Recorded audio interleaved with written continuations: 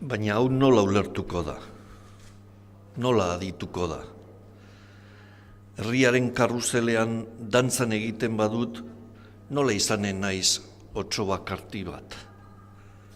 Kaietako tafernetan, arno beltza edaten badut, aleman ontziari planto egin dioten langileekin, nola hartuko dut eremutarren antzik.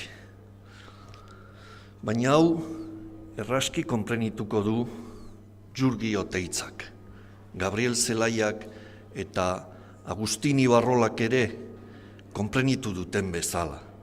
Nire lagun guztiek, nik ezagutu bai eta ez ditudanek konprenitu edo konprenituko duten bezala.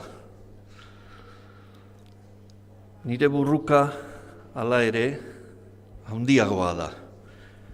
Nire lagunen etsaiak adimentutsuak dira.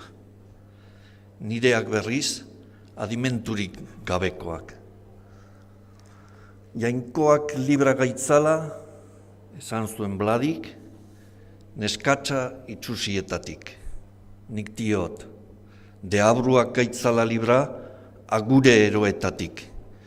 Bilbon agure ero bat dago zeinaren izenaz, akordatu ere ez dudan nahi.